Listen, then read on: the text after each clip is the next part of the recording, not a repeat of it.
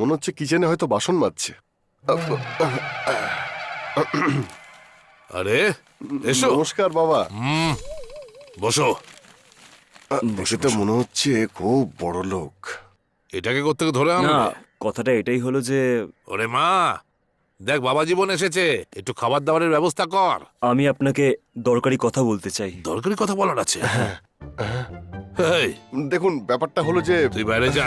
আমি বলছিলাম বললাম না, যে বাইরে যা। না স্যার, এনার ব্যাপারেই কথা বলতে চাই আমি। হ্যাঁ এর বিষয়ে কি দরকারি কথা আছে বলো। এটা আবার কি? আহ, আমি লিখেছিলাম ভেবে আপনি যে আমার বাবাকে লেটারটা দিয়েছিলেন, আপনি চলে যাওয়ার পরই আমি জানতে পারলাম যে এই লেটারটা আমি না বরং কালুরাম লিখেছে। এটাই বলার ছিল। হ্যাঁ বাবা, আমি গুজাগো গোপানের কাছে হোম টিউশন নিয়ে আপনাদের ভাষাতে আমি নিজের হাতে এই লেটারটা লিখেছি। হে ভগবান, আবার এক ঝামেলা। আমার সোনা বিদিশা, তুমি আমার রসগোল্লা, তুমি আমার নলেন গুড়ের সন্দেশ। হ্যাঁ, এই হ্যাঁ বলুন। পড়াশোনা ভালো মতো করেছিস? হ্যাঁ, আপনি খাবার খেয়েছেন, জল খেয়েছেন, চন্দনের তিলক পরেছেন আর স্নানও করেছেন। আপনি যদি আমার শ্বশুর হন তাহলে আমার তো ভাগ্য খুলে যাবে। সত্যি তুই বেশ ভালোই পড়াশোনা করেছিস। আগে হ্যাঁ বাবা, হ্যাঁ। বুঝতে পেরেছি। কালু? আমার নাম কালু নয়, মামুক দিনেশা। আচ্ছা, হ্যাঁ। তাহলে এই ব্যাপার। এই লেটারের অন্য কোনো কপি আছে নাকি? অন্য কোনো কপি? কিন্তু এটা কেন জিজ্ঞেস করছে? কপি তো নেই, কিন্তু অরিজিনালটা আছে। নেই তো? Sir, sir, sir. বাবা কি করছেন এটা? বাবা এটা আবার কোথায় পেলি? স্যার, স্যার, শুনুন স্যার, দাঁড়াও। শুনুন না। বাবা জীবন, শোন রে, ওর বাবা পীতাম্বর বাবু হলেন আমার হবু বেয়াই। আমি কলার তুলে মাথা উঁচু করে গোটা গ্রামে ঘুরে বেড়াচ্ছি, আর তুই কি না আমার গায়ে কাদা মাখানোর চেষ্টা করছিস? মন দিয়ে শোন, তুই আমার বউয়ের অনেক দুঃসম্পর্কের আত্মীয়, তাই তোকে এই বাড়িতে আমি ঢুকতে পর্যন্ত দিয়েছি।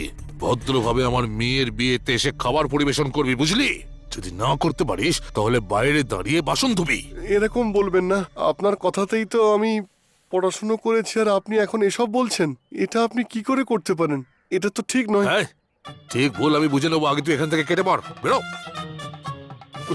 শেষবারের মতন বলছি রে, যদি কাল অনুষ্ঠানে কোনো গন্ডগোল করার চেষ্টা করিস তাহলে পিছনে লাত মেরে আমি তোকে ভাগিয়ে দেবো এখান থেকে। দাঁড়া বুড়ো, তোকে আমি দেখাচ্ছি এখন। তোর মেয়ে বিদিশাকে বিয়ে করে প্রত্যেক বছর একটা করে বাচ্চা জন্ম দেবো। দাঁড়িয়েছিস কেন? তারপর তোকে দাদু করবো।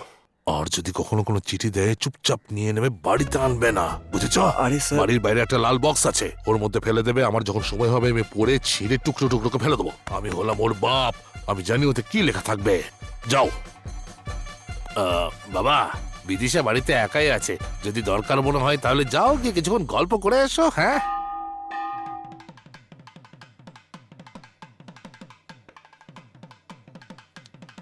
এত বড় লোক পীতাম্বর বাবু, আর এখানে আমি আনন্দরাম বসে আছি, আর এই পুরুত মশাই 7 ঘন্টা ধরে আমাদের অপেক্ষা করাচ্ছে। আমার বিয়ের দিনও ঠিক এইভাবেই পুরুত মশাই দেরি করে এসেছিল। দেরি করে আসাটা কি পুরুতদের স্বভাব নাকি? আরে কি চল, হয়েছে? হ্যাঁ, যাচ্ছি। চল বলছি। সময়ের কোনো তোকে দাম নেই। যেতে বলেছি আর তুই ওখানে কি দাঁড়িয়ে দাঁড়িয়ে হচ্ছে মজা নাকি দেখছিস? এইসব? ছাড়। এই, দেখ যা। কোথায় মরেছে পুরুত। এই, চল। আরে হ্যাঁ, যাচ্ছি। লেট হয় না? আরে বস, ওখানে বাবা। কি বাবা, তোকে আমার জীবনটা শেষ হয়ে যাচ্ছে আর তুই নির্লজ্জের মতো আশীর্বাদ করছিস। বস, হ্যাঁ? আমিও খুব টেনশনে আরে আছি। তোর আবার কিসের টেনশন? সেদিন তুই যখন আমার বাড়িতে এলি, তারপর আমাকে সঙ্গে নিয়ে ওই আনন্দরামের বাড়িতে এলি, আর ওই বুড়ো আমার একমাত্র লাভ লেটারটা ছিঁড়ে ফেলে দিল। আর আমি দেখতে পাচ্ছি যে এই সব কিছু হচ্ছে তুই থাকাতেই। সেই জন্য আমার তোকে সন্দেহ হচ্ছে, বুঝেছিস? ভেবেচিন্তে কথা হ্যাঁ, বলো আমি না। খুব ভেবেচিন্তেই বলছি। এই ফাংশনে কেউ ব্লিচিং করে কি আসবে? হ্যাঁ তুই বল, তুই বল, সত্যি বল, তুই এসব করিসনি? তুই বল। না বস। তুই তোর মুখটা দেখ আর আমার মুখটা দেখ। আমি তোর মুখের মধ্যে আনন্দ আর ফুর্তি খুব ভালো মতোই দেখতে পাচ্ছি। আমার একটু দেরি হয়ে গেল, ক্ষমা করে দিন, ক্ষমা করে দিন। একই সময় দুটো কাজ পড়ে গেছে, ওখানে শিষ্যকে বসিয়ে দিয়েছি, আর খুব জরুরি ব্যাপার ছিল বলে এখানে নিজে এসেছি। ক্ষমা করে দিন, ক্ষমা করে দিন আমাকে। জানি না ভাই, আমার খুব ভয় করছে কেন। বস, কুল ডাউন, কুল ডাউন। হ্যাঁ, আমি তোমার জন্য খুব ভালো একটা কাজ করেছি। তুমি ভেতরে গিয়ে নিজের চোখেই দেখো। চলো। এমন কি করেছিস তুই? যার যার আসার কথা ছিল সবাই এসে গেছে তো। হ্যাঁ হুম। হ্যাঁ হ্যাঁ। এখন পাত্রপাত্রী বিয়ে দেওয়ার আগে জন্মকুষ্টি এই জন্য দেখা হয়েছে, কন্যা দান করার পরে যখন কন্যা শ্বশুর বাড়িতে যায়, তখন শ্বশুর বাড়িতে সে শান্তিতে থাকবে কি না, চলো দেখা যাক। আমি দুটো কুষ্টিকেই খুব ভালো করে পুঙ্খানুপুঙ্খ ভাবে দেখে নিয়েছি। যে পুত্রের ভাগ্যে পুত্র ভাগ্য দেখবার সময় পুত্রের ভাগ্য পরীক্ষা করবার সময় হ্যাঁ এরপর কি হবে সেটা ভেবে আমার টেনশন হচ্ছে, আর তুই পরের পর হোয়াটসঅ্যাপ করে আরে যাচ্ছিস। বাবা, আরে এটাই তো মেন ম্যাটার। এবার দেখো আমার ম্যাজিক। হ্যাঁ, পুত্রের ভাগ্য ভালো কিনা সেইটা জানা যায়। এই পুরুতটা টাক ফাটিয়ে দেবো আমি। আচ্ছা, এসব বাদ দিন। এখন দেখবো শ্বশুর শাশুড়ির স্বাস্থ্য কেমন থাকবে ও আসার পর। এ আবার নতুন কি কথা বলছে? চুপ করো বস। সুস্থ থাকবে কিনা যদি তাই দেখতে হয় তবে এটা দেখি। তোর কি লাগবে আমি বুঝতে পারছি। আপনি বলতে থাকুন। প্রেস কর, প্রেস কর। হ্যাঁ, যদি আমাকে প্রশ্ন করেন ভালো থাকবে না। ভাগ্য ভালো, আরে বাপরে, তুই সুখে থাকবি। বিয়ে দেওয়ার জন্য যে 10টা গুণ মেলাতে হয় তার মধ্যে একটা গুণও মিলছে না, সেই জন্য অন্য মেয়ে দেখতে হবে। এই ছেলের জন্য অন্য কোনো মেয়ে আনুন। যদি জোরাজুরি করেন অশুভ হয়ে যাবে। নিষেধ করার পরেও যদি নিমন্ত্রণ পত্র ছাপান তো বলবো কি? বলে দিচ্ছি তাহলে। দেখ ভাই, ও বলে দেবো? বলছে না, ও তো চাইছে। আমারও তো বুঝতে বলেই পারছি, কিন্তু দিচ্ছি। কি করব বুঝতে খুবই পারছি না। খারাপ হবে। আরে বাপরে। বলে দিলাম কিন্তু। এনে, পরে আমার আমাকে ফোনটা যেন নে দোষ তুই। দিও না। আগে প্রেস কর, দাও, পরে দাও। দেখা যাবে। আমাকে কোনো প্রেস অভিযোগ করতে করবে পরে না। আবার ইনকাম করে নেব, পরে ইনকাম করা যাবে। হ্যাঁ, তার সঙ্গে ডিভোর্সের নিমন্ত্রণ পত্র ছাপতে হবে। বাপরে বস, যদি করো, আমাদের চুপ করো। ছেলে হয় তাহলে তোরই নাম রাখবো, আর যদি মেয়ে হয় তখন?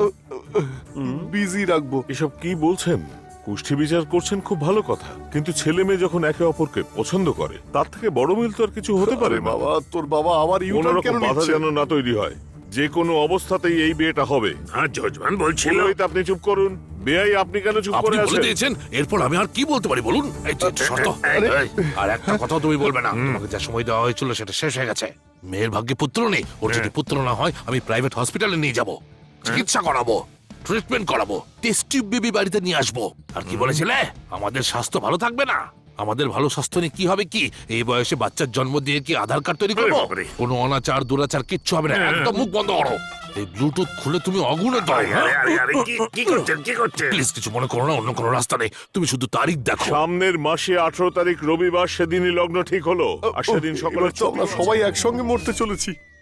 আগামী শুভ মঙ্গল কর্ম আগামী মাসের 18 তারিখে রবিবার দিনের শুভ যোগে শুভ মুহূর্তে দীর্ঘজীবী বিজয় আর সৌভাগ্যবতী বিদিশার সন্ধ্যা 9টা থেকে 10:30টার মধ্যে পরিবারের গুরুজনদের অনুমতিক্রমে বিবাহ সুসম্পন্ন হবে। আপনাদের সকলকে আন্তরিক নিমন্ত্রণ করা হচ্ছে।